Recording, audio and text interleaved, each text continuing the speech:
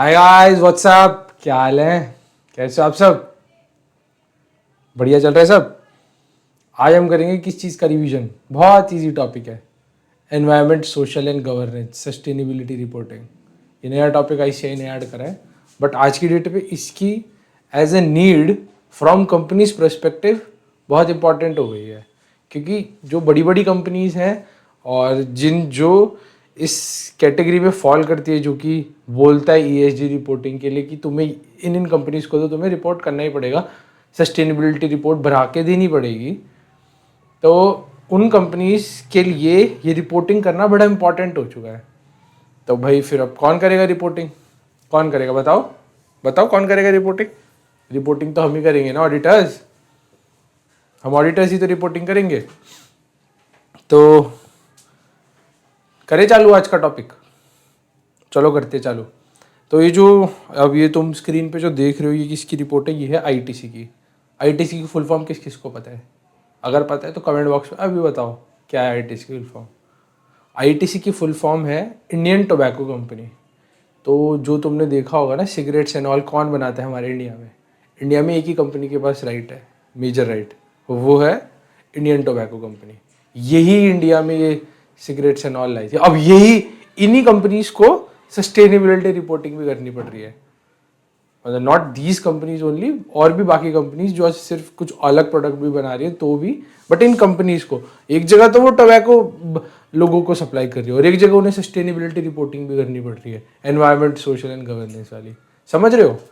आई सब देखते हैं कि भाई अगर तुम कुछ गलत प्रोडक्ट बेच भी रहे हो, अब वो उस पे अब सरकार को ना वो प्रोडक्ट बेचना भी ज़रूरी है। क्योंकि सबसे ज़्यादा एक्साइज वैट की जो कलेक्शन है, जीएसटी तो लगता नहीं है बट एक्साइज वैट तो लगता ही है ना आज भी इन पे, टोबैको पे। तो वो उसकी कलेक्शन सबसे ज़्यादा यही कंपनी देती है। अगर ये बंद कर देंगे ना तो इनका सरकार का रेवेन्यू भी ख़त्म हो जाएगा। कम हो जाएगा, ख़त्म नहीं, कम हो जाएगा। तो ये चीज़ इस चक्कर में हम बंद भी नहीं कर सकती सरकार। बट अब इन्हें ना सस्टेनेबिलिटी रिपोर्ट तो इन्हें भी इशू करनी पड़ती है। होते हैं क्राइटेरिया, आगे क्लास में हम बताएंगे कौन कौन से क्राइटेरिया होते हैं। एक बार ना रिपोर्ट को देखते हैं क्या होता है रिपोर्ट। तो ये इंडियन टोबैको कंपनी की रिपोर्ट है, जो कि नॉट ओनली टोबैको मैन्युफैक्चरर, उनके होटल्स भी, एफएमसीजी में भी और बहुत सारे सेक्टर्स में बहुत बड़ा कॉन्ग्लोमेरेट है और बहुत पुराना कॉन्ग्लोमेरेट है। तो इसकी रिपोर्ट देखो, ये कंटेंट्स में क्या क्या आ रहा है। चेयरमैन ने कोई मैसेज दे रखा है, रिपोर्ट काफ़ी सारी चीज़ें, अप्रोच टू सस्टेनेबिलिटी, ठीक है, इन्वायरमेंटल स्टीवर्डशिप, इसके अंदर काफ़ी सारे टॉपिक्स हैं। तो उन्हें बहुत ब्रॉड रिपोर्ट होती है और बहुत सारी चीज़ें कवर करती है। अब हम तो ये सारी चीज़ें कवर करेंगे नहीं, हम तो एक ब्रॉड एरा देखेंगे कि रिपोर्ट क्या है, क्यों आई और इसका क्या सिग्निफिकेंस है।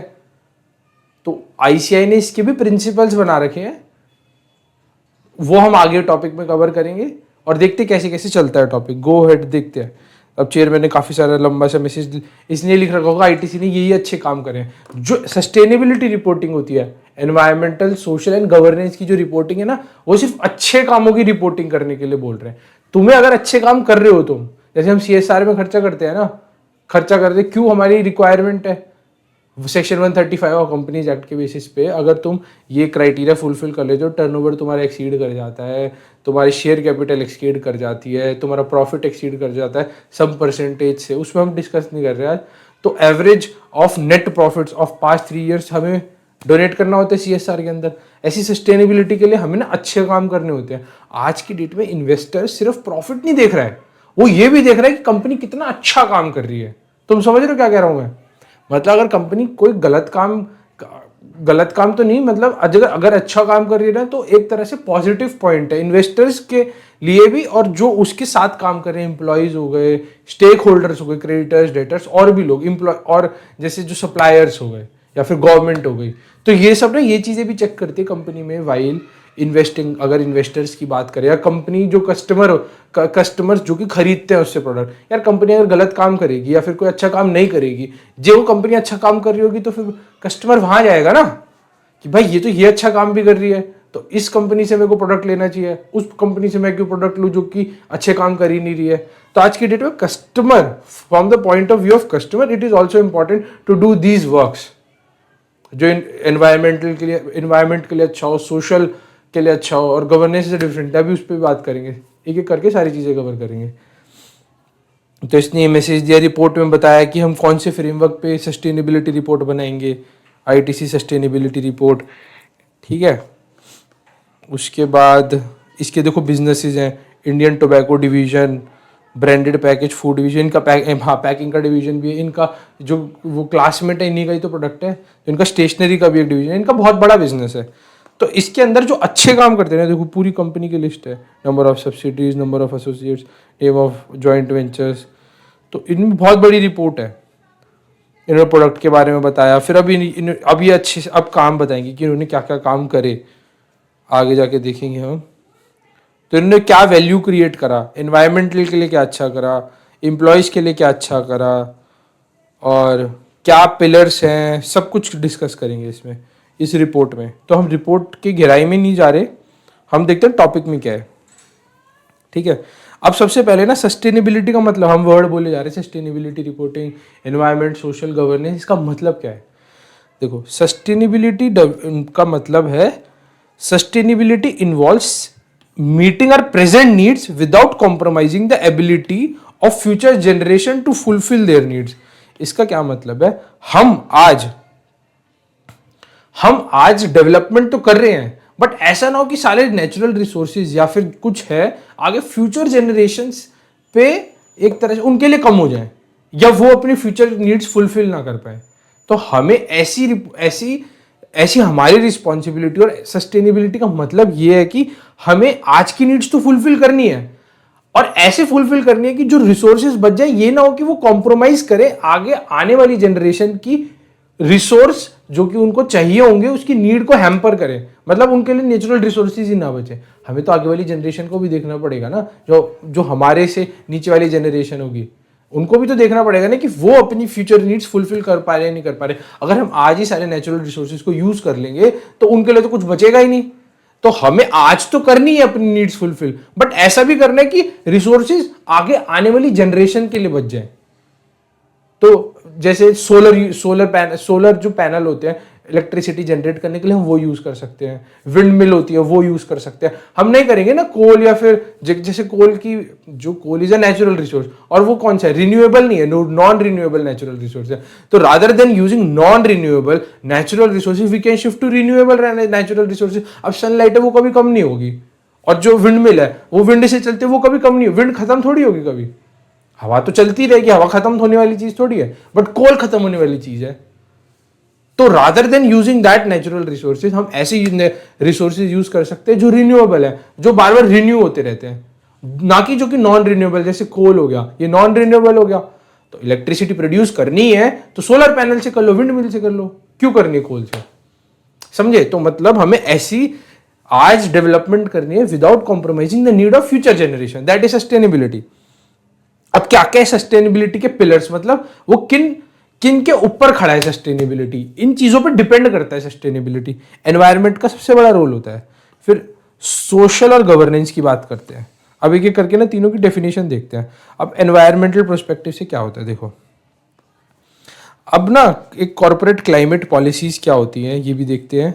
Energy use, waste pollution, natural resources conservation, एक कई जगह ना कन्वर्जेशन लिख देते हैं, हम इसकी स्पेलिंग का ध्यान रख रहे हैं। कॉन्जर्वेशन होता है, कंजर्व करना है ना हमें। और ट्रीटमेंट ऑफ एनिमल्स। अब नेचुरल रिसोर्सेज क्या क्या इंक्लूड करते हैं, कोल, इलेक्ट्रिसिटी, वाटर, जो भी ये नेचुरल रिसोर्सेज हो गए ना हमारे। और अगर ये प्रोसेस, अब जैसे अगर हम मान लो अगर हम वो इलेक्ट्रिसिटी बना रहे तो कोल प्रोसेस होगा, उसको कोई वेस्ट भी होगा। अब जो वेस्ट होता है कौन से होता है, कार्बन एमिशंस होता है। हम गाड़ी चला रहे हैं पेट्रोल से, petrol is also renewable natural resource, natural resource है बट नॉन रिन्यूएबल है, sorry not renewable, non renewable, क्योंकि कभी भी कोल का रिजर्व है, खत्म हो सकता है, ये पैदा नहीं हो रहा, ये एक बात के बाद स्टॉप हो जाएगा। अब जैसे इंडिया में तो है ही नहीं ना, ये सारा सऊदी वाली कंट्रीज में, सऊदी अरेबिया एंड ऑल, जो भी ईरान इराक के, उनमें सबसे ज़्यादा कोल प्रोड्यूस होता है। तो वहाँ से कोल इंपोर्ट करने की जगह कोई अब जैसे आजकल इलेक्ट्रिसिटी ईवी व्हीकल्स आ रहे हैं, रादर देन यूजिंग पेट्रोल हम इलेक्ट्रिसिटी यूज़ करके हम कार चला सकते हैं। उससे क्या है, हम इलेक्ट्रिसिटी रिन्यूएबल रिसोर्स से बना रहे हैं, जैसे सोलर पैनल से, उससे हम अपनी कार चार्ज करेंगे तो हमारी कॉस्ट भी कम आएगी और इफिशिएंटली यूज कर पाएंगे, तो कार्बन इमिशन कम होगा, वाटर डिस्चार्जेस, अब जैसे हम वाटर से भी इलेक्ट्रिसिटी बनाते हैं तो वो पानी खराब होगा। और ई वेस्ट सबसे गंदा ई वेस्ट होता है आजकल। क्या हो रहा है, अब जैसे हम जो भी ये डिवाइसेस यूज कर रहे हैं, अब जैसे कैमराज हो गए, चार्जर्स हो गए, अब तुमने देखा होगा एप्पल ने, जो एप्पल कंपनी है उसने चार्जर देना बंद कर दिया और ये बोला है कि हम ना नेचर को बचा रहे हैं, एनवायरनमेंट को बचा रहे हैं। अरे भाई चार्जर से कैसे एनवायरनमेंट को बचा रहे हैं, उनके अलग लॉजिक है। पर द थिंग इज कि आज की डेट में ना ई वेस्ट बहुत बढ़ गया है देखोगे तो, क्योंकि हम हर चीज टेक्नोलॉजी पे डिपेंडेंट है। अब ये लगा लो कोई भी बंदा ऐसा नहीं होगा, तुम सब बैठे हो तब तुम सब सुन रहे हो, तुम्हारे पास कोई भी ऐसा बंदा नहीं होगा अब जो तुम देख रहे हो मेरे को यूट्यूब पे इंटरनेट के थ्रू चला रहे हैं, ये सब टेक्नोलॉजी बेस हो चुका है। अब टेक्नोलॉजी ऐसे होता है हवा में बनती है, उसके लिए भी हार्डवेयर सॉफ्टवेयर, इंटेल की जो प्रोसेसर्स होते हैं या फिर जो अंदर हार्ड डिस्क होती है, सॉफ्टवेयर होते हैं, कुछ तो कोई तो बेस होता है ना इनका, चाहे वो किसी चीज में भी यूज करे। पर ये जो चीजें जैसे हार्डवेयर है, ये ग्रीन कलर का तुमने बोर्ड दिखा होगा, सीपीयू के अंदर होता है, मदरबोर्ड जिसे कहते हैं, और भी काफ़ी सारी चीज़ें होती हैं, जैसे अब पेन ड्राइव जो हम यूज़ करते थे, ये जो बनती है ना चीज़ों से, अब इन ये जो ख़राब हो जाती है चीज़ें, ये होता है ई वेस्ट। ये जो जितनी भी टेक्नोलॉजी ओरिएंटेड चीज़ें हैं, जब ये ख़राब हो जाती है ना, प्रोड्यूस करते हैं ई वेस्ट, और ई वेस्ट बहुत हार्मफुल होता है क्योंकि ट्रांसमिशंस निकालता है। ट्रांसमिशंस ना बहुत हार्मफुल होती है for human beings as well as animals और जो भी हमारे नेचुरल एनवायरनमेंट है। क्यों होती है, क्योंकि ना वेव्स ट्रांसमिट करती है, और वो जो वेव्स होती है ना, जो जैसे हम बोलते हैं कि रात में फ़ोन यूज़ नहीं करना चाहिए या फ़ोन को फ्लाइट मोड पे करके सोना चाहिए, दूर रख के सोना चाहिए, क्योंकि वेव्स ट्रांसमिट करते हैं। और वेव्स अभी तुम्हें दिखेगी नहीं, ये कोई चीज़ दिखने वाली नहीं है, अभी तुम देख के पता लगा लोगे टच करके ये भाई ये तो अच्छी चीज़ नहीं है, गंदी चीज़ दिखती नहीं है, बट ये इवेंचुअली है खराब हमारे लिए टेक्नोलॉजी, समझ रहे हो। बट टेक्नोलॉजी के बिना हो भी नहीं सकता। तो ई वेस्ट आज की डेट में सबसे गंदा एक तरह से पॉल्यूशन मान लो, ठीक है। अब कॉर्पोरेट क्लाइमेट पॉलिसीज की हम बात कर रहे थे, तो अब जैसे तुम मान के चलो जो कंपनीज हैं, कंपनीज जब भी कोई प्रोडक्शन करती है, कोई प्रोडक्ट बनाती है, तो कुछ तो वेस्ट प्रोड्यूस होता ही है ना। अब उनकी ना पॉलिसीज हैं कंपनीज की ना, अगर तुम प्रोड्यूस कर रही हो ना वेस्ट, उसको साफ करके बाहर एनवायरनमेंट में भेजो। अब क्या करती थी कंपनीज, पहले वेस्ट आया और उसे जो भी हमारी रिवर्स है उसके अंदर फ्लो करा दिया। जैसे अब तुमने सुना होगा ये यमुना को साफ करने के अभियान चलते रहते, गंगा को साफ करने के अभियान चलते रहते हैं। इनके ऊपर कंपनीज के ऊपर ना स्ट्रिक्ट पॉलिसीज लगा दी गई है कि अगर तुम वेस्ट एमिट कर रहे हो ना, करो, कोई दिक्कत नहीं है, बट उसे साफ करके एनवायरनमेंट में छोड़ो। गंदा वेस्ट छोड़ोगे तो नॉट ओनली तुम्हारे पास ऊपर पेनल्टीज लगेंगी, बट वो एक तरह से एनवायरनमेंट को भी तो नुकसान होएगा ना उससे। यार एनवायरनमेंट को तो नुकसान होगा ही ऑब्वियसली। अगर वो पानी के अंदर जा रहा है तो वो, जैसे अब काफ़ी सारी जो सिटीज़ है हमारी इंडिया में, ऑलमोस्ट सारी रिवर्स के ऊपर डिपेंडेंट है। अगर उनका पानी ही खराब हो जाएगा तो जो लोग कंज्यूम करेंगे उस पानी को किसी भी चीज़ में, चाहे वो पीने के लिए, चाहे वो कोई किसी घर के काम में यूज़ कर रहे हैं, तो उस पानी को अगर यूज़ करोगे तो खराब होएगा ना। तो इनकी ना पॉलिसीज बना दी गई हैं, समझ रहे हो। इसका ना आईसीआई ने कोर्स भी निकाला है। तो ये होता है एनवायरनमेंट की बात करिए अब हमने। अब हम करते हैं सोशल की बात। देखो एनवायरनमेंट तो हो गया हमने नेचुरल रिसोर्सेज, और तुमने बहुत पढ़ा होगा यार, ये तुमने अपनी 5th क्लास में भी पढ़ा होगा, कॉलेज में ना एक ईवीएस करके सब्जेक्ट भी होता था, उसके अंदर भी तुमने पढ़ा होगा, और 10th क्लास में जो हम सिविक्स पढ़ते थे उसमें भी काफ़ी बार इन सब चीज़ों का, ज्योग्राफी, सिविक्स, इन सब चीज़ों का जिक्र है। तो ये तो बहुत पुराने टॉपिक, आज से नहीं चले आ रहे, तुम्हें पॉल्यूशन और इन सब की नॉलेज बहुत पुराने देते आ रहे हैं। बट आईसीआई क्या कह रहे हैं, तुमने ये सब की नॉलेज पहले ले रखी है, उसको रिवाइड करो और इस पर रिपोर्ट बना के दो। आईसीआई का ये पर्सपेक्टिव है, आईसीआई का, एमसीए का, सेबी का। और आज की डेट में जितनी बड़ी बड़ी कंट्रीज है, यूनाइटेड नेशंस, यूनाइटेड किंगडम या फिर यूनाइटेड स्टेट्स, इन कंपनी, ये जो कंट्रीज हैं, इन्होंने बहुत स्ट्रिक्ट रिपोर्टिंग लॉज ला दिए हैं कि यार देखो एनवायरनमेंट तो सबके लिए इक्वल है ना, चाहे वो यूनाइटेड स्टेट्स हो, चाहे वो यूनाइटेड किंगडम हो, चाहे वो इंडिया हो। तो अब उसके ऊपर रिपोर्टिंग करनी, पता तो चलेगी कंपनीज क्या। देखो यार छोटे लोग होते हैं वो कर रहे हैं, अच्छी बात है, बट उनकी रिपोर्टिंग अगर हम करवाने लग गए तो दिक्कत है। बट जो बड़े कॉर्पोरेट्स हैं जो कि कर सकते हैं, उनके पास बड़ी बड़ी टीम्स होती है, तो why not to use them, कि भाई तुम तो कम से कम अच्छे काम करो, इतने करके दो हमें, कि हमारी कंपनी, तुम अगर इतना पैसा कमा रहे हो हमारी इकोनॉमी से, तो कम से कम ये पैसा इकोनॉमी के अंदर खर्च भी करो ना अच्छे कामों के लिए, समझ रहे हो। अब देखो सोशल क्या होता है। अब रिलेशनशिप अगर हम बात करते हैं सोशल की, तो जैसे कंपनी है, कंपनी के लिए स्टेक होल्डर्स कौन कौन होते हैं? कस्टमर्स होते हैं, एम्प्लॉयज़ होते हैं, सप्लायर्स होते हैं उनके, गवर्नमेंट और ये सब भी होते हैं, इन्वेस्टर्स होते हैं। तो उनका जो रिलेशनशिप होता है, मैंने तुम्हें पहले ही बताया था, इन्वेस्टर कब इन्वेस्ट करेगा आज की डेट में कंपनी में? यार मान लो आईटीसी कंपनी है और एक कोई एक्सवाइजेड कंपनी है, आईटीसी अच्छे काम कर रही है और वो सेम प्रोडक्ट बना रही है, एक्सवाइजेड सेम प्रोडक्ट बना रही है बट वो इन चीज़ों में इन्वेस्ट नहीं कर रही, तो जो कस्टमर है ना वो आईटीसी के पास जाएगा कि भाई ये अच्छे काम कर रही है, इसी कंपनी का फायदा होना चाहिए। तो रिलेशनशिप भी मेंटेन करना होता है ना। तो relationship that entity has and reputation it fosters with people. अब कोई कस्टमर, कोई, चलो ये मैंने लिया कस्टमर्स का एग्जांपल, इन्वेस्टर्स भी यही सोचेगा कि आईटीसी को पैसा दूंगा मैं क्योंकि वो अच्छे काम भी कर रही है। अब हम एग्जांपल लेते हैं एम्प्लॉयज के प्रोस्पेक्टिव से। भाई एम्प्लॉय भी तो यही चाहेंगे ना हमारी कंपनी अच्छा काम करे, उसका नाम बिल्ट हो। अगर कंपनी अच्छा काम करेगी तो उनकी जॉब भी सिक्योर रहेगी, ऑब्वियसली बात है। अगर ये कंपनी पे तो कोई भी पेनल्टी कभी भी लग सकते ना, अच्छा काम नहीं करेगी तो। ये अच्छा काम भी कर रही है, सब कुछ कर रही है, तो इस पे जाएंगे हम काम करने, हम यूं क्यों जाएंगे इस वाली कंपनी के पास? समझ गए हो? देखो, institution in communities where you do business and value chain is involve. अब क्या होता है इसके अंदर, अब ये जितने भी बिजनेस कर रहे हैं हम, ये कुछ ना कुछ तो वैल्यू क्रिएट कर ही रहे हैं ना इकोनॉमी में। अब एनवायरनमेंट के अंदर तो इनको पॉल्यूशन रोकना ही रोकना है, बट साथ में इन्हें वैल्यू क्रिएट भी करनी है अपने बिजनेसेस की। इससे क्या होगा? अब देखो एक चीज़ और बताता हूँ, इनके अंदर ना इनको जो रिलेशनशिप है इन्हें जो मेंटेन करना होता है। अब एक बात बताओ, एम्प्लॉयज़ के साथ कर रहे हो, एम्प्लॉयज़ के साथ तो कर रही है बट एम्प्लॉयज़ के नीचे और भी लोग होते हैं, लेबर लोग होते हैं ना, जो मेन काम, जो सबसे ग्राउंड लेवल का काम होता है वो लेबर लोग करते हैं। उनके साथ भी तो रिलेशन अच्छा होना चाहिए, उन्हें टाइमली वेजेस दे उनका इंश्योरेंस कराएं, उनका अच्छे से कि भाई ठीक है कंपनी के लेबर है तो क्या हुआ, उनका काम, उनको अच्छी सी सुख सुविधाएं तो दें, उनके लिए जो भी फैसिलिटीज है वो सब तो दें, उनके साथ रिलेशनशिप मेंटेन करना पड़ता है। ठीक है, और डाइवर्सिटी जो भी हमारे, अभी हमने पहले बात करी थी, अपने एनवायरनमेंट को भी सुरक्षित रखना है, अपनी डाइवर्सिटी, क्योंकि यार देखो डाइवर्स लोग काम करते हैं हमारे, कोई भी ऑर्गेनाइजेशन में डाइवर्स लोग काम करते हैं, तो सबका देख रेख करना, सबको इंक्लूड करना एक कंपनी की रिस्पॉन्सिबिलिटी होती है। तो जो रिलेशनशिप है ना, इनको अपने एम्प्लॉयज़ के साथ भी निभाना है, कस्टमर्स के साथ भी निभाना है, सप्लायर्स के साथ भी निभाना है, इन्वेस्टर्स के साथ भी निभाना है, सबके साथ निभा के चलना है, तभी कंपनी ग्रो कर पाएगी। अगर कंपनी किसी के साथ भी नहीं निभाएगी तो कंपनी कैसे ग्रो कर पाएगी? समझ रहे हो? अब गवर्नेंस क्या होता है यार? अब एंटिटी कोई काम कर रही है, अगर जैसे मान लो एंटिटी जो भी काम कर रही है, इसके अंदर एक एक पॉइंट और थे, ये ना मैंने डेफिनेशन तो कवर कर ही ली। तो इसके अंदर एनवायरनमेंट के अंदर ये भी पॉइंट था कि one is dependent on environment for carrying out its operation. इसका क्या मतलब है? कोई भी कंपनी है एनवायरनमेंट के बिना कभी काम ही नहीं कर पाएगी। अरे वो जो नेचुरल रिसोर्सेज यूज करेगी, मान लो कोई प्रोडक्ट बना रहा है, कोई रॉ मटेरियल से तो बना रहा होगा ना, चाहे वो कोई भी रॉ मटेरियल हो, वो रॉ मटेरियल आ कहाँ से रहा है? एनवायरनमेंट से ही तो आ रहा है।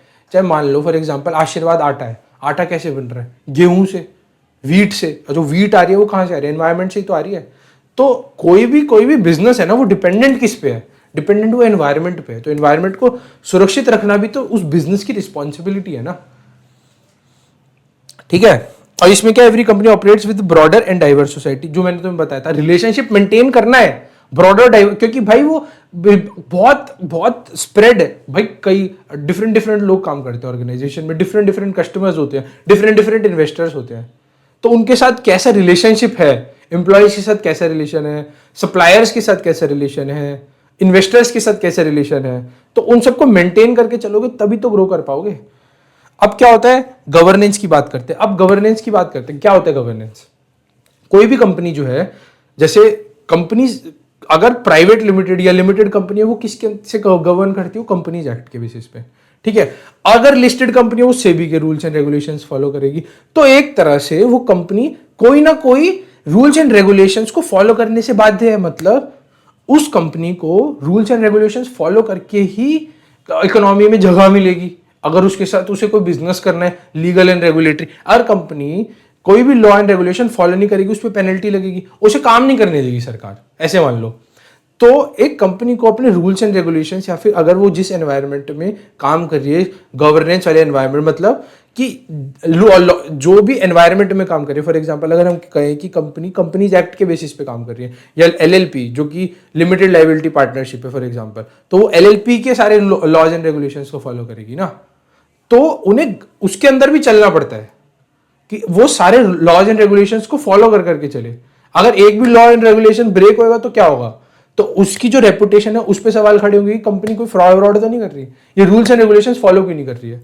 एक बार पढ़ते क्या लिखा है, internal system of practices control and procedure entity adopts in order to govern itself. अब उसके अंदर भी जैसे कंपनी ऑपरेट कर रही है उसके इंटरनल रूल्स एंड रेगुलेशंस हैं कि उन्होंने अपनी पॉलिसीज बना रखी है जो कि इंप्लॉइज को फॉलो करनी है, या कस्टमर्स को चलो ठीक है वो फॉलो नहीं करनी पॉलिसीज, बट कस्टमर प्रोडक्ट तो खरीदेगा ना। तो इंप्लॉइज जो कि इंटरनल ऑर्गेनाइजेशन है उसके अंदर गवर्नेंस स्ट्रक्चर तो होना चाहिए ना, कि उसके अंदर हायरार्की चल रही है कि भाई सीएफओ के नीचे पर्सन आ रहे हैं, मैनेजर्स आ रहे हैं, उसके नीचे एग्जीक्यूटिव्स पर्सन आ रहे हैं, इनको एक हायरार्की फॉलो करनी पड़ेगी, कंपनीज की पॉलिसीज तो माननी पड़ेगी ना।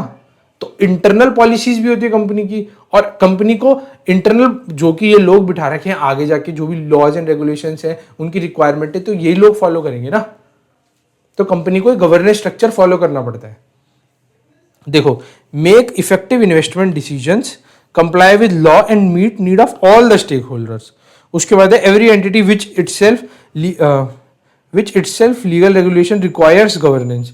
यार हर किसी को गवर्नेंस की रिक्वायरमेंट है, क्योंकि कोई भी कंपनी है जो ऑपरेट कर रही है कोई भी इकोनॉमी में, हर जगह रूल्स एंड रेगुलेशंस फॉलो करने जरूरी है उसको। और आगे की डिटेल में एग्जांपल्स के थ्रू समझते और क्लियर होगा। देखो एनवायरनमेंट में तो हमने बताया क्लाइमेट चेंज, जैसे कार्बन एमिशंस हो गई। भाई कार्बन एमिशन समझते हो ना, जब गाड़ी चलाते हो तो पेट्रोल जलता है उससे कार्बन डाइऑक्साइड ही तो बाहर होती है। Product carbon footprints, financial environment impact, climate change vulnerability, examples हैं कि जो एक तरह से जो तुम यूज कर रहे हो उसके बाय प्रोडक्ट, रीप्रोसेसिंग या फिर प्रोसेसिंग के बाद जो कि वेस्ट निकल रहे हैं, उसके नेचुरल रिसोर्सेज कौन से हैं, ये सब रॉ मटेरियल हो गए, वाटर तुम यूज़ कर रहे हो, पॉल्यूशन निकाल रहे हो, toxic emission, waste, packing material, e waste जो हमने एग्जांपल ऊपर पढ़ा था, environment opportunity, clean tech, green building and renewable energy. अब इसके अंदर क्या है, एनवायरमेंट अपॉर्चुनिटी। अब तुम रिन्यूएबल एनर्जी का मैंने एग्जाम्पल दिया था, या फिर तुम ग्रीन बिल्डिंग मतलब एक तरह से तुम जो अपना जहाँ पे तुम ऑपरेट कर रहे हो वहाँ पे तुम अपने आसपास जो भी हैं ट्रीज और प्लांट्स उगा सकते हो। एक तरह से जो आसपास जहाँ पे तुम वर्क एनवायरनमेंट यूज करो, तो रादर देन बिल्ड सिर्फ कंक्रीट बिल्डिंग्स की जगह ये कुछ ग्रीनरी भी तो हो सकते हैं ना। आजकल ग्रीन रूल्स भी होते हैं जिसके अंदर ना तुम्हें इतने पेड़ पौधे अपनी इतने एरिया के अंदर, जैसे फॉर एग्जांपल मान लो कोई ज़मीन है, मान लो 1000 स्क्वायर फीट की है, 1000 स्क्वायर फीट में तुम्हें 10% एरिया इस चीज़ों को डोनेट करना पड़ेगा कि इसमें तुम कम से कम अपने प्लांट्स और ट्रीज को उगा के छोड़ रहे हो। उसके अंदर कोई कॉन्क्रीट यूज नहीं होना चाहिए। उसके बाद सोशल की बात करते हैं। ह्यूमन कैपिटल में लेबर मैनेजमेंट आ गए, हेल्थ एंड सेफ्टी आ गई। ह्यूमन कैपिटल बहुत सिंपल एग्जांपल से पढ़ के ही समझ आ रहे होंगे कि उनकी हेल्थ और सेफ्टी का, जो लेबर लोग हैं उनकी हेल्थ और सेफ्टी का तो हमारी रिस्पॉन्सिबिलिटी है ना एज एन ऑर्गेनाइजेशन, ध्यान रखना, ठीक है। सप्लाई चेन लेबर स्टैंडर्ड्स मतलब उनको इतना मिनिमम इतने तो तुम्हें वेज देना ही पड़ेगा, साथ ही साथ उनकी इतनी फैसिलिटीज तो तुम्हें लेबर को देनी पड़ेगी, उनका इंश्योरेंस कराना पड़ेगा। ये सारी हो गई, जो भी स्टैंडर्ड्स है उन्हें फॉलो करना पड़ेगा। उसके बाद प्रोडक्ट लाइबिलिटी के अंदर, यार अगर तुम गलत प्रोडक्ट दे रहे हो तो तुम्हारी लाइबिलिटी हो जाएगी ना। कंपनी को जो रॉ मटेरियल वो यूज कर रही है उसे ये भी ध्यान रखने पड़ेगा कि जो कस्टमर यूज करेगा उसकी हेल्थ पे तो कोई एडवर्स इफेक्ट नहीं हो रहा है। अगर ऐसा हो रहा है तो उसके ऊपर लाइबिलिटी आ जाएगी कंपनी के ऊपर। वो जो कस्टमर है वो जाके कोर्ट में केस ठोक सकता है उस कंपनी के ऊपर कि भाई कंपनी के प्रोडक्ट यूज करने की वजह से मेरे को ये सब हुआ है, तो उसके अंदर ना प्रोडक्ट लाइबिलिटी बन जाती है। तो ये चीज ध्यान रखनी है कंपनी को जब भी वो कोई चीजें यूज कर रही है। जैसे तुमने सुना होगा मैगी के अंदर लेड आ रहा है, अरे उसकी वजह से नुकसान तो हो रहा है ना, तो उसे प्रूफ करना पड़ा मैगी को कि नहीं है उसके अंदर लेड, या फिर कुछ भी अगर उसे वापस मार्केट में आना है। वो इतनी बड़ी कंपनी, नेस्ले बनाती है मैगी, तो वो इतनी बड़ी कंपनी है, उसको मेन प्रोडक्ट है मैगी, तो उसे डिस्प्रूव करना पड़ा कि हाँ भाई इसमें लेड नहीं है। अब है नहीं है वो बात की बात है, बट उसे सरकार को तो लॉ एंड रेगुलेशन में तो बताना पड़ेगा कि नहीं है ना, ये नुकसान नहीं करेगा, हमारी बॉडी को नुकसान नहीं करेगा, ये तो बताना पड़ेगा ना उसे। तो ये सब हो जाती है। Product safety and quality, chemical safety, भाई ऐसे केमिकल का तो यूज़ नहीं कर रहे जब तुम कोई प्रोडक्ट बना रहे हो, या फिर कोई तुम एडिबल प्रोडक्ट बना रहे हो तो उसके अंदर ऐसे कोई केमिकल तो नहीं है जो कि नुकसान करेंगे। फिर फाइनेंशियल प्रोडक्ट सेफ्टी, अगर आजकल ये म्यूचुअल फंड्स हैं इसके अंदर भी तो सेफ्टी का, अब कहते नहीं है म्यूचुअल फंड्स के अंदर सभी जो भी इनके रूल्स एंड रेगुलेशंस या फिर इनके टर्म्स एंड कंडीशन से ध्यान से पढ़ के ही इन्वेस्ट करना कि तुम्हारे को बाद में कोई दिक्कत ना है। प्राइवेसी, डेटा एंड सिक्योरिटी, अब काफ़ी बार ना तुम लॉग इन करते हो, गूगल फॉर्म भरते हो, कोई भी प्रोडक्ट खरीदते हो तो उसके अंदर ना उनकी प्राइवेसी पॉलिसी होती है कि अगर हम आपका डेटा ले रहे हैं तो हम आगे जाके लीक नहीं करेंगे। Responsible investment, stakeholders opposition में, अब ये बहुत सारी चीज़ें हैं। अब इसके अंदर ना ये एग्जांपल्स दे रखे थे ICAI में, ऐसी इसके अंदर है गवर्नेंस के अंदर, इसके अंदर नहीं जाते। अब हम मेन टॉपिक के अंदर आते हैं यार, ये बड़ी क्लासेस में, अभी हम सिर्फ रिवीजन कर रहे हैं। अब ESG रिपोर्टिंग क्या है, हमें जो भी अच्छा काम करे उसको डिस्क्लोज करना है, ठीक है, चाहे वो क्वालिटेटिव हो चाहे वो क्वांटिटेटिव हो। क्वालिटेटिव मतलब उसके अंदर हमने क्या क्या स्ट्रेटेजीज अपना के उन अच्छे कामों को करा है और आगे हम क्या क्या स्ट्रेटेजीज अपनाएंगे। क्वालिटेटिव मतलब उसको मैट्रिक्स डेटा के अंदर डाल के ये बताना है कि हमने इस क्वांटिटी में ये अच्छा काम करा है या ये इस क्वांटिटी में ये अच्छा काम हम करेंगे, ये होता है क्वांटिटेटिव। क्वालिटेटिव मतलब एक तरह से कि कैसे तुमने काम करा अच्छा या करोगे, not in data terms. Data terms में वो क्वांटिटेटिव होता है। तो देखो क्या है, ESG reporting is all about disclosure of information, data metrics that explain added value in 3 areas। और दो तरह से होती है, क्वालिटेटिव और क्वांटिटेटिव। तो कंपनी स्ट्रेटेजी और पॉलिसी अराउंड, जो भी ऊपर हमने 3 एरियाज पढ़े उसके अंदर कैसे क्या क्या तुमने स्ट्रेटेजीज अपनाई उनको फुलफिल करने के लिए और क्या क्या स्ट्रेटेजीज तुम अपनाओगे। और क्वांटिटेटिव में क्या है, मैट्रिक्स और की परफॉर्मेंस इंडिकेटर, मतलब तुम्हारा क्या अच्छा रहा डेटा के प्रोस्पेक्टिव से, तुमने ये काम अच्छा करा, आगे तुम ये काम अच्छा करोगे, या तुमने कोई परफॉर्मेंस लगा रखी थी कि तुम भाई 1000 पेड़ पौधे उगाओगे, तुमने उसमें से कितने उगाए। की परफॉर्मेंस, ये बहुत सिंपल एग्जांपल दे रहा हूँ कि इसके अंदर तुम अपना परफॉर्मेंस को एक तरह से बता पा रहे हो कि तुम्हारा कैसा परफॉर्मेंस रहा पूरे साल, ठीक है। अब इसके अंदर ना 17 ये क्या है, ये एग्जाम्पल्स हैं कि इसके अंदर तुम अच्छे काम कर सकते हो, ये कैटेगरीज हैं। और उन्हीं ये जो 17 प्रोडक्ट्स हैं या 17 ये क्या है सस्टेनेबल डेवलपमेंट गोल्स हैं कि इनके अंदर तुम अच्छा काम कर रहे हो तो तुम रिपोर्ट में डालोगे। उन्होंने एग्जाम्पल्स बता दिए। अब क्या है कि तुम्हें पॉवर्टी पे काम करना है, गरीबी पे, हंगर पे, जो लोग भूखे रह जाते हैं उस पे काम करना है, गुड हेल्थ एंड वेलबींग पे अच्छे प्रोडक्ट्स लाने हैं, और अब कस्टमर्स या फिर जो भी सोसाइटी है उसके हेल्थ पे कुछ अच्छा काम करना है। एजुकेशन अगर तुम प्रोवाइड कर पाओ, जो कि गरीब बच्चे हैं उनके लिए क्वालिटी एजुकेशन दे पाओ। उसके बाद जेंडर इक्वलिटी, तुम्हें भेदभाव नहीं करना है मैनर विमेन में। फिर क्लीन वाटर एंड सैनिटाइजेशन, पानी पियोगे अच्छा तभी तो, अब जैसे मैंने तुम्हें पहले एग्जांपल दिया था कि वेस्ट जा रहा है तो पानी को भी क्लीन रखना भी कंपनी की रिस्पॉन्सिबिलिटी है। और क्लीन एनर्जी यूज करना, रिन्यूएबल एनर्जी यूज करना, decent work and economic growth, कि भाई ये नहीं प्रेशर बनाए जा रहे हो उस पर एम्प्लॉय के ऊपर, ठीक है। अगर डिसेंट ग्रोथ है तो ज्यादा ग्रोथ पे क्यों जाना है, एम्प्लॉय को भी तो ध्यान रखना है ना तुम्हें। इनोवेशन और इंफ्रास्ट्रक्चर भी अच्छा रखना है, ये नहीं टूटी फूटी सड़कों से जा रहे हैं, ठीक है। इनइक्वालिटीज नहीं होनी चाहिए, इक्विटी, भाई एक तरह से कई जगह इनइक्वालिटीज भी होती है पर उसे कम करो। सस्टेनेबल सिटीज एंड कम्युनिटीज हो गई, क्लाइमेट एक्शन, कि क्लाइमेट पे जो भी चेंजेस आ रहे हैं उस पर action low. Responsible consumption and production, मतलब कि भाई अगर तुम जो भी प्रोडक्ट दे रहे हो या जो तो तुम प्रोड्यूस कर रहे हो तुम्हारी रिस्पॉन्सिबिलिटी है वो। मतलब अगर तुम कोई प्रोडक्ट प्रोड्यूस कर रहे हो, एनवायरनमेंट पे कितना इफेक्ट आ रहा है उसका, तो वो तुम्हारी रिस्पॉन्सिबिलिटी है। एनवायरनमेंट को कोई नुकसान नहीं होना चाहिए उससे, या अगर कोई कंज्यूम कर रहा है कस्टमर उसको कोई नुकसान नहीं होना चाहिए, तुम्हारी रिस्पॉन्सिबिलिटी है ये। फिर उसके बाद अब जैसे तुम पानी के अंदर गंदा कुछ भी छोड़ दोगे, अगर जो ह्यूमन बींग्स है वो कंज्यूम करेंगे तो उनको तो नुकसान हो गई। जो अंडर वाटर जो कि डाइवर्सिटी है, जिसके अंदर जितने भी जैसे फिश हो गई और भी काफ़ी सारे एनिमल्स होते हैं जो कि पानी के अंदर रहते हैं, तो उनको भी नुकसान नहीं होना चाहिए, उसका भी ध्यान रखना है। लैंड पे जो लाइफ है, मतलब जो भी ऊपर जानवर हैं जैसे जो हमारे स्ट्रीट डॉग्स हो गए, इनकी भी हमें सेफ्टी का ध्यान रखना है। ऐसा कुछ कंज्यूम ना कर ले तो तुम्हारी कंपनी ने बनाया हो जिसकी वजह से ये एनिमल्स हैं ये बीमार हो रहे हो। पीस, जस्टिस, हर जगह शांति का एनवायरनमेंट रखना है, कहीं लड़ाई झगड़ा नहीं करना है, ठीक है। और अगर तुम चाहो तो तुम अच्छे कामों के लिए पार्टनरशिप भी कर सकते हो, जो फाउंडेशंस होती हैं इनके साथ मिल के काम कर सकते हो। और गोल अचीव करना है हमें, क्या गोल अचीव करना क्या मतलब है, अच्छे काम की तरफ हर किसी का, अब जितनी भी कंपनीज हैं, जितने भी फाउंडेशंस हैं, अच्छे काम करने वाले ऑर्गेनाइजेशंस बने हुए, सबका एक ही एम है, एक ही ऑब्जेक्टिव है, इन्वायरमेंट को प्रोटेक्ट करना, पीस बनाए रखना, जस्टिस, सब अच्छा काम करना बेसिकली। तुम इनके साथ पार्टनरशिप करके भी अच्छा काम कर सकते हो, खुद भी अच्छा काम कर सकते हो।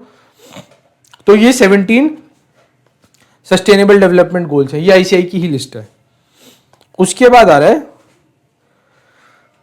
आजकल क्या चल रहा है सस्टेनेबल रिपोर्टिंग के नाम पे। जो public sector government run companies हैं या फिर लार्ज कॉरपोरेशंस हैं और जो बड़े बड़ी कंपनीज हैं, उनको तो करना ही है सस्टेनेबिलिटी रिपोर्टिंग, ठीक है। उसके बाद क्या है सस्टेनेबिलिटी रिपोर्टिंग कि ना, अब मैं तुम्हें बताता हूँ। ये तो हो गया कि इनको सस्टेनेबिलिटी रिपोर्टिंग करनी है, क्योंकि बड़ी बड़ी ऑर्गेनाइजेशंस हैं, ये अगर कोई एक्ट करती हैं या प्रोडक्ट लाती हैं तो उसकी वजह से एनवायरनमेंट पे बहुत इफेक्ट आता है, या फिर एक तरह से इनका इकोनॉमी पे बहुत इफेक्ट आता है, ऐसे मान लो। क्योंकि बड़ी बड़ी कंपनीज है, अगर वो ऑपरेट करेंगी तो उन पे इकोनॉमी पे तो इफेक्ट आएगा ही ना। तो ये जो पब्लिक सेक्टर कंपनीज है, गवर्नमेंट रन कंपनीज है, लार्ज कॉर्पोरेशंस हो गए, multinational business conglomerates, listed companies in stock exchange, ठीक है। तो ये बोल रहे हैं, एक लाइन लिखी हुई थी इसके अंदर, इनको तो रिपोर्टिंग करनी है सस्टेनेबिलिटी पे। अब sustainability reporting standard having 93% of world's largest 250 corporations on their sustainable performance through GRI. GRI है ग्लोबल रिपोर्टिंग इनिशिएटिव। मतलब जो बड़ी ऑर्गेनाइजेशन है, जो 250 बड़ी ऑर्गेनाइजेशन है, वो कॉन्स्टिट्यूट करिए 93% ग्लोबल रिपोर्टिंग इनिशिएटिव। मतलब ये जो रिपोर्टिंग इनिशिएटिव है ना, ये नॉट ओनली इन इंडिया है, ये पूरे वर्ल्ड में है। और वर्ल्ड के अंदर हमें अच्छा काम करने की, हाँ जी, तो हम कहां पे थे।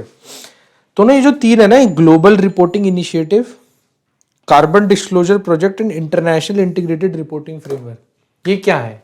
ये इंस्टीट्यूशंस हैं और ये फ्रेमवर्क्स हैं जो कि हमें बताते हैं कि how to report on sustainability reporting या एनवायरमेंटल सोशल गवर्नेंस पे हमें कैसे रिपोर्ट करना है। तो इन तीनों के जो इंस्टीट्यूशंस या फ्रेमवर्क है, इनको एक एक करके पढ़ते हैं कि ये क्या बोलते हैं और कैसे हमें रिपोर्टिंग करनी है। तो पहला जो है ग्लोबल रिपोर्टिंग इनिशिएटिव, वो क्या करता है, वो हेल्प करता है ऑर्गेनाइजेशन को to report on economic, social, environment impacts पे।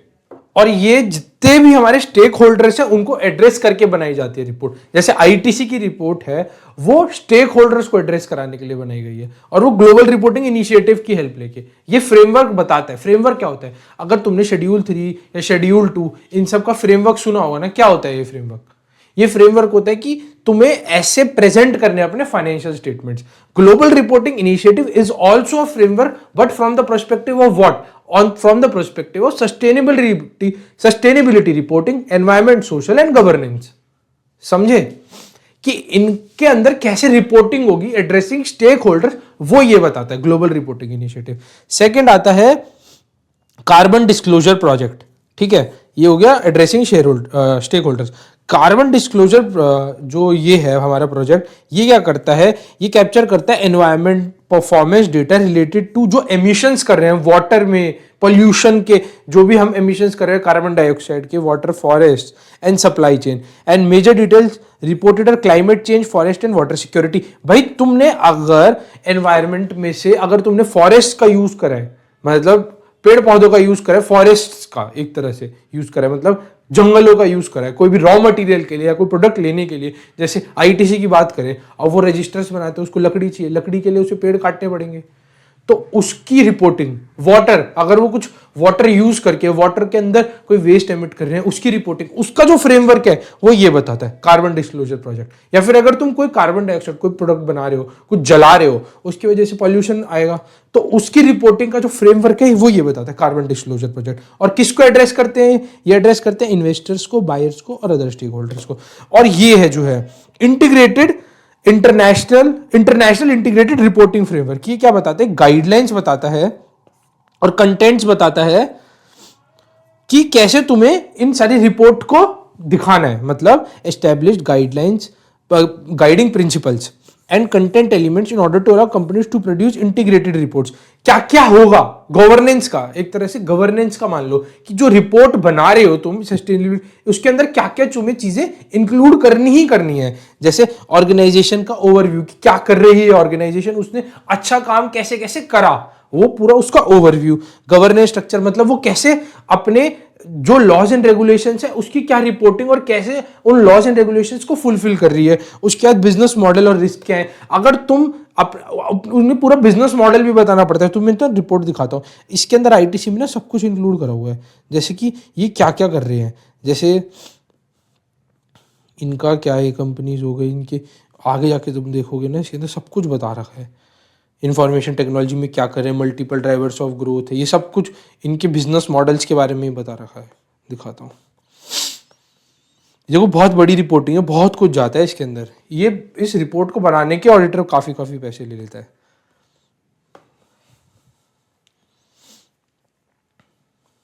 कोड ऑफ कंडक्ट आया, ESG and sustainability governance at I. Governance के अंदर क्या क्या चीज़ें हैं देखते हैं। बोर्ड कमिटी ऑन CSR की, वो CSR के अंदर कैसे कैसे खर्चा करे, ये सब है। फिर उसके बाद कि ये सब भी आएगा, इकोनॉमिक की, इकोनॉमिक इंडिकेटर्स, ये सब। क्लाइमेट चेंज, देखो ये क्लाइमेट चेंज का आया, इन्वायरमेंटल मैनेजमेंट का आया। यार इसके अंदर मैंने देखा था वही है, पूरा नीचे जाना पड़ेगा। चलो इसके अंदर है, अभी उसके अंदर नहीं जाते। तो उसके अंदर ना, उसके अंदर पूरा बताएंगे कि क्या रिस्क है, क्या बिजनेस मॉडल यूज करके उन्होंने प्रोडक्ट बनाया और कैसे कैसे वो उस सस्टेनेबिलिटी पे काम कर रहे हैं। एनवायरमेंटल, सोशल एंड गवर्नेंस, ये 3 वर्ड सबसे इंपॉर्टेंट है इस चैप्टर में। अपॉर्चुनिटीज क्या आई, स्ट्रेटेजीज क्या अपनाई और क्या परफॉर्मेंस रही तुम्हारी, ये सारे ये जो 3 ऑर्गेनाइजेशंस हैं या 3 फ्रेमवर्क्स हैं, ये बताते हैं तुम्हें सस्टेनेबिलिटी रिपोर्टिंग कैसे करनी है, क्या क्या चीजें इंक्लूड करनी है, किस किस चीज किसको एड्रेस करना है और कैसे कैसे तुम्हें रिपोर्टिंग करनी है और किन किन चीजों को इंक्लूड करना है। अलग अलग जो ये फ्रेमवर्क है अलग अलग चीजें बताते हैं। ठीक है, अब इंटीग्रेटेड रिपोर्टिंग, अभी देखो ये तो मेरे को याद है कि ये तो मैंने देखा था पक्का। सेकंड देना,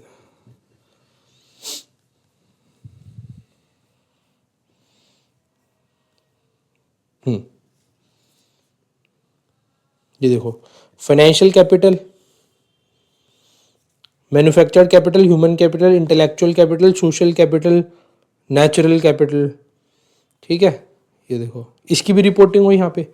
अब इंटीग्रेटेड रिपोर्टिंग जो हमने ये ऊपर पढ़ा, इंटीग्रेटेड रिपोर्ट्स जो बनानी है हमें एज पर IIRC, इसके अंदर क्या क्या आता है इंटीग्रेटेड रिपोर्टिंग में।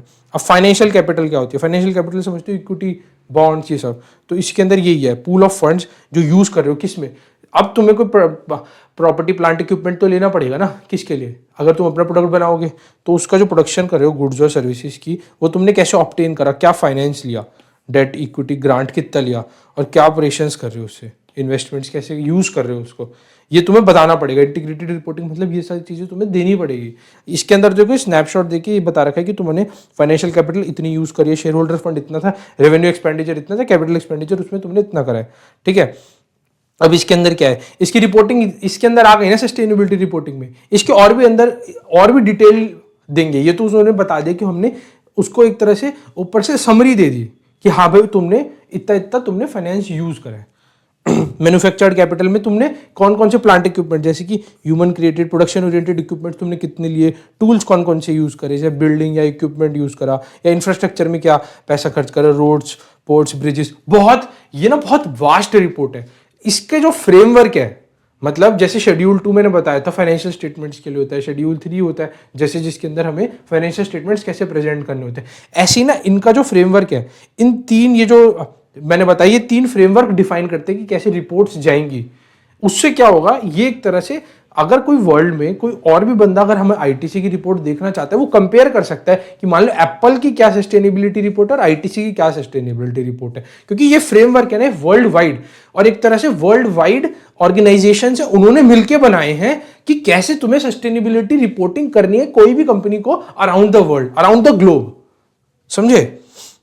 नेचुरल कैपिटल क्या है, कैसे तुमने कितना water, land, minerals, forest, biodiversity, ये सब कैसे कैसे यूज करा। ह्यूमन कैपिटल में पीपल स्किल्स एक्सपीरियंस में कितना खर्चा करा, कितनी कैपेसिटी, कितने लोग काम कर रहे हैं, उनको क्या मोटिवेट कर रहे हो इनोवेशंस लाने के लिए। Ability to understand and implement organisation strategy, वो लोग जो काम कर रहे हैं वो कितना यूज कर रहे हैं और कितनी इनोवेशंस ला रहे हैं, वो सारी रिपोर्टिंग तुम्हें करनी पड़ेगी। और तुम क्या मोटिवेट करो लॉयल बनाने के लिए एम्प्लॉइज को, कि वो ऑर्गेनाइजेशन को ना छोड़ें।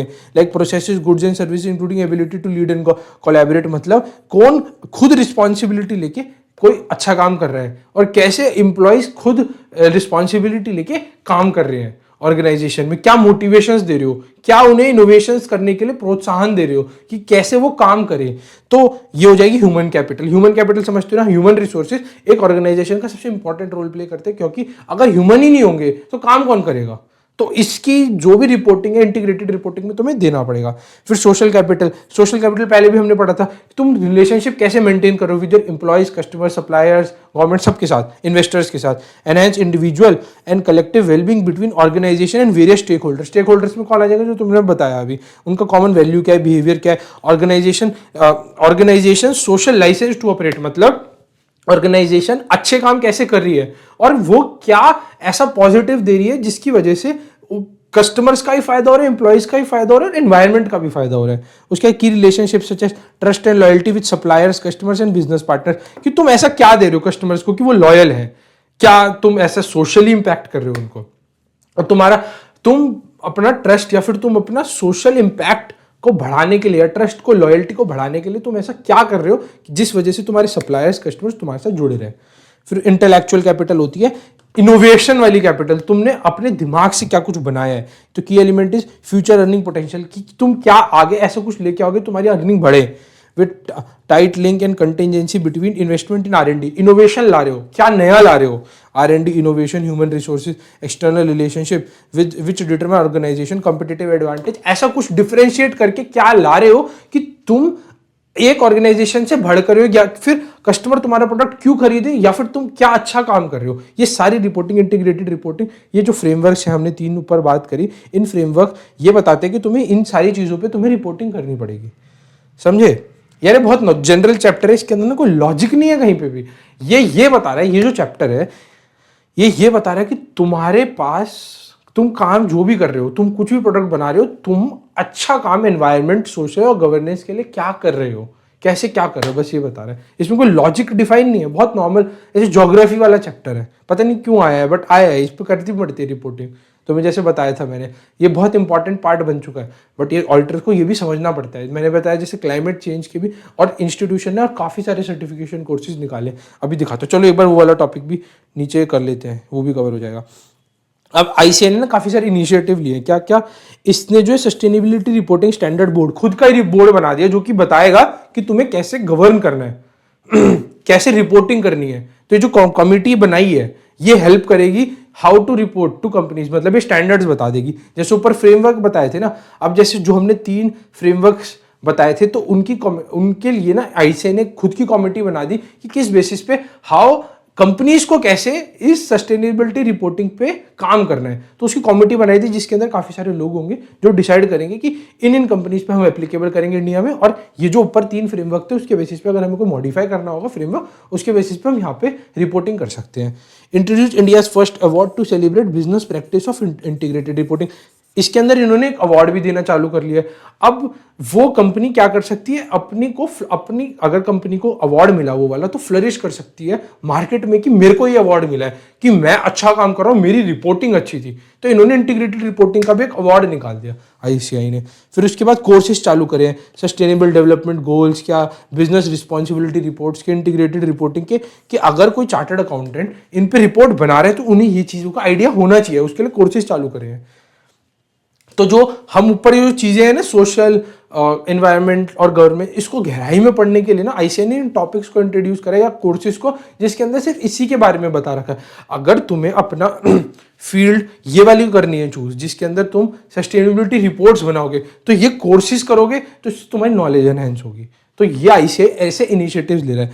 और इसके अंदर इन्होंने ना, जैसे यार तुमने एसए पढ़ी है, 100 से 700 सीरीज पढ़ी है, या फिर SRS पढ़े हैं, या फिर हमने जो जो SAEs होते हैं ये पढ़े हैं। ये क्या है? ये ICAI अपने पब्लिकेशंस लाता है कि तुम्हें एज अ ऑडिटर या फिर तुम्हें एज अ पर्सन या फिर कंपनी को क्या क्या चीजें फॉलो करनी है। तो ये जो पब्लिकेशन लाता है, जैसे MCA रूल्स लाता है, ICAI भी ऐसे SAs लाता है ताकि ऑडिटर कैसे ऑडिट करे वो बताता है। ऐसी ना ये SAE होते हैं, assurance engagement on green house gas statement, ये लाया। इस ऐसे ही और भी है, 3400 भी है, 3402 है, सर्विस ऑर्गेनाइजेशन की बात करता है, 3400 फाइनेंस के बारे में बात करता है। तो SAE 3410 किसके बारे में बात करता है? ये बात करता है green house gas statement, standard on assurance engagements. ये क्या होते हैं? एक तरह से ऐसे मान लो कि तुम्हें अगर गैस इसके ऊपर अगर तुम्हें एश्योरेंस देनी है कि कंपनी ने ग्रीन हाउस पे क्या काम करा है, तो तुम्हें इस स्टैंडर्ड के बेसिस पे तुम्हें उसकी रिपोर्ट देनी है ऑडिटर को। भाई ऑडिटर ही हर चीज कर लेगा, ऑडिटर सबको, इन्होंने ऑडिटर को ना ऐसे मान लिया कि सब कुछ कर लेगा ऑडिटर, ये भी पढ़ लेगा, ये भी पढ़ लेगा, इस पर भी रिपोर्ट बना लेगा, हमने 800 सीरीज पढ़ी उस पर भी रिपोर्ट बना लेगा, SRS भी कर लेगा, सब कर लेगा ऑडिटर।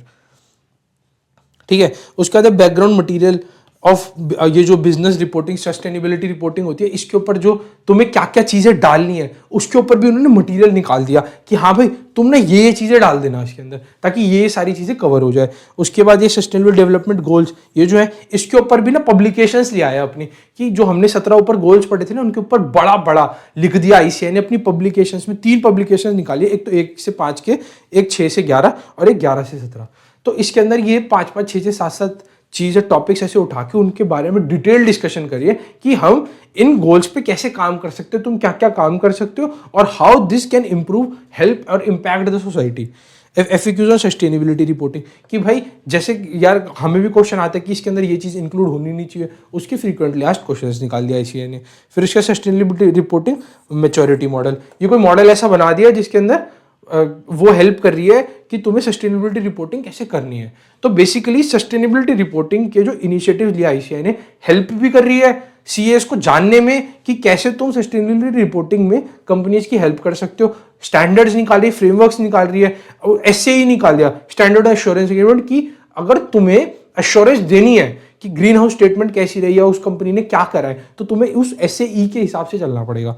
और कोर्सेज निकाल दिए, उसके बाद बोर्ड कमिटी सेटअप कर दी, अवार्ड निकाल दिया, ये सारे इनिशिएटिव लिया ICAI ने। चलो वापस बैक टू द टॉपिक, एक टॉपिक और कवर हो गया हमारा। अब क्या होता है, ग्लोबल सिनेरियोज क्या चल रहे हैं, अलग अलग कंट्री में क्या क्या चीजें हो रही हैं इस सस्टेनेबिलिटी रिपोर्टिंग में। बहुत फालतू टॉपिक है बट ये कवर करा हुआ है ICAI ने, तो हम भी कवर कर लेते हैं।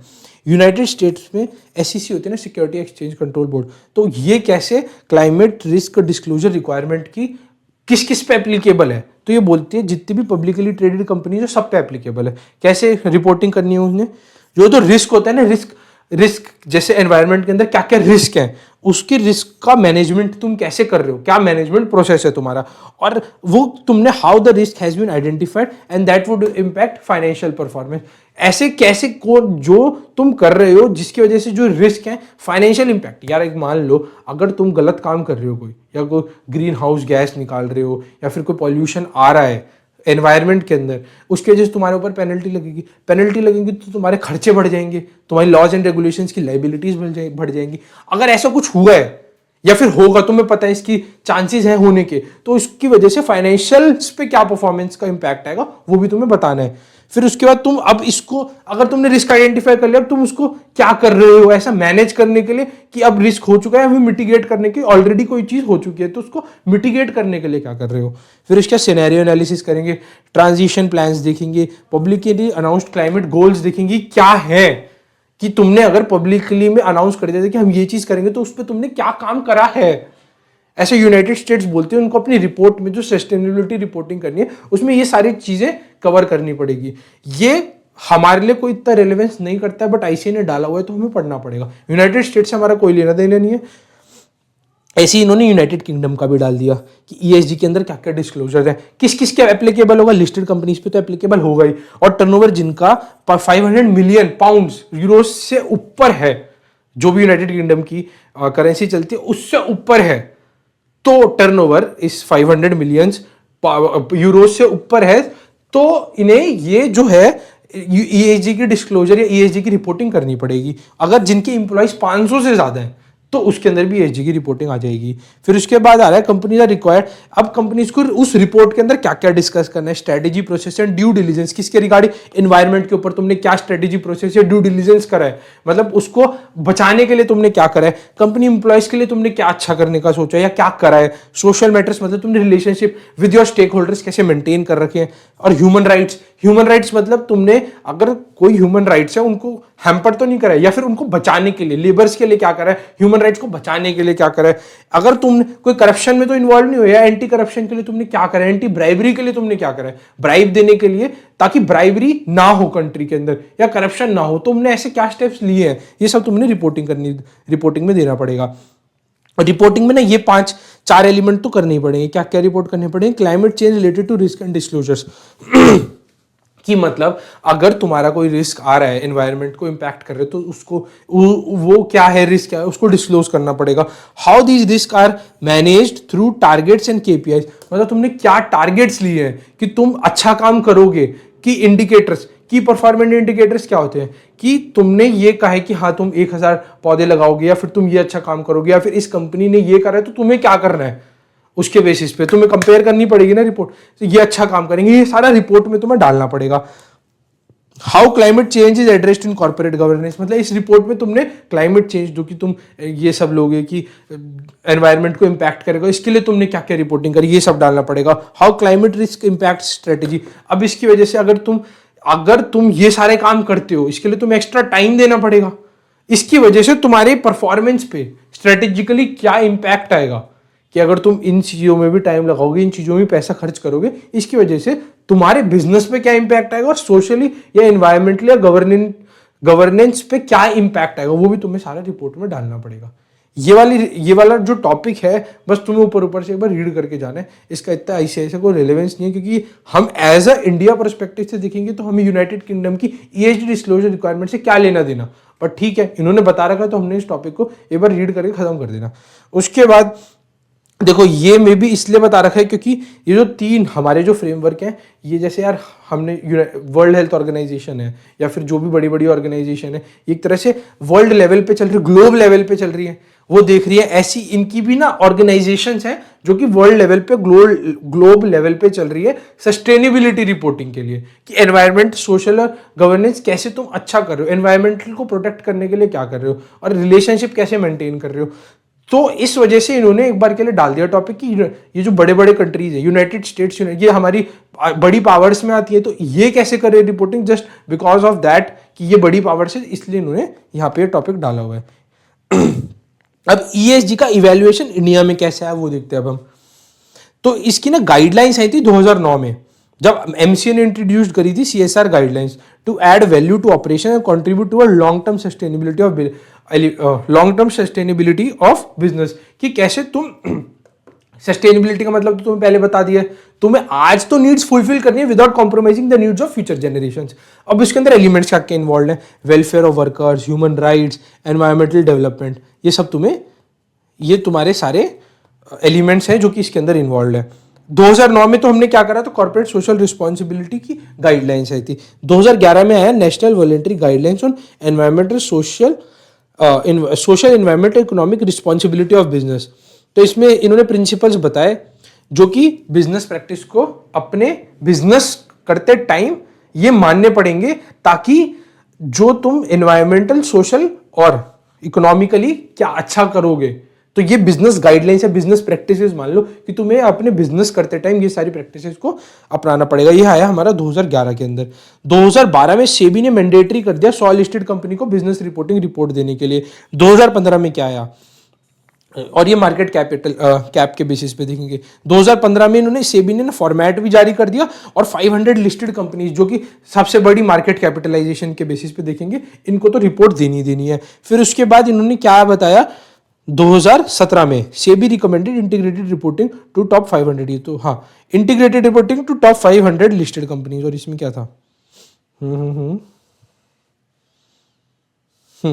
हाँ, अब इसके अंदर इन्होंने क्या करा, सेबी ने फॉर्मेट दिया और टॉप 500 कंपनीज को लिस्ट करने के लिए बोला कि तुम्हें ये सस्टेनेबिलिटी रिपोर्टिंग देनी पड़ेगी।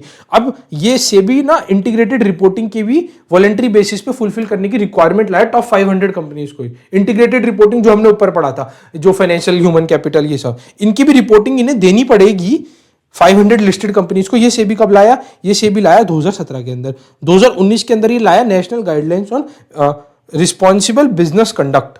पहले तो ये था, पहले था ये एनवीजी का क्या मतलब है? एनवीजी है नेशनल वॉलेंट्री गाइडलाइंस, कि कंपनी को वॉलेंट्री बेसिस पे माननी पड़े या ना माननी पड़े, ये उनकी मर्जी है। ये आया, उसको चेंज करके लाए ये लाए national guidelines on responsible business conduct.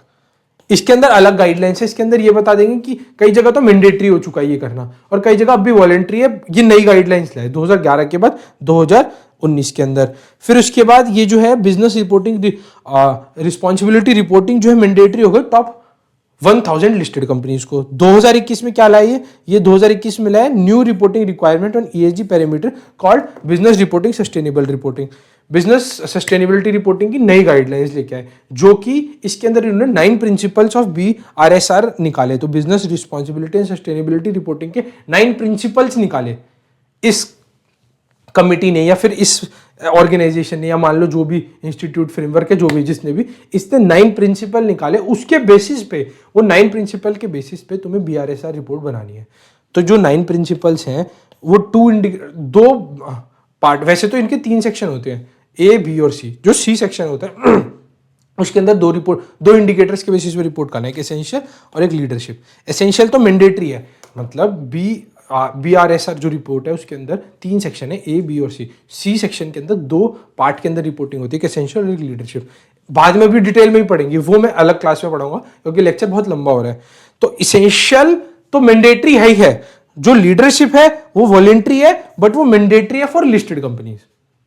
जो 9 प्रिंसिपल्स, अब हमारा टॉपिक जो रह गया है ना, वो सिर्फ 9 प्रिंसिपल्स पे रह गया है, कि इस जो 9 प्रिंसिपल्स हैं BRSR रिपोर्ट की, वो इंपॉर्टेंट है।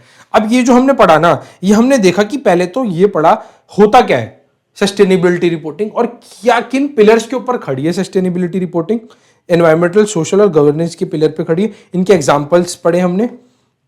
फिर हमने पढ़ा कि कैसे क्वालिटेटिव क्वांटिटेटिव रिपोर्टिंग होती है। सस्टेनेबिलिटी डेवलपमेंट गोल्स कितने 17 हैं और क्या क्या है, अब मैंने उनके बताया, ICI ने भी इनिशिएटिव ले रखा है।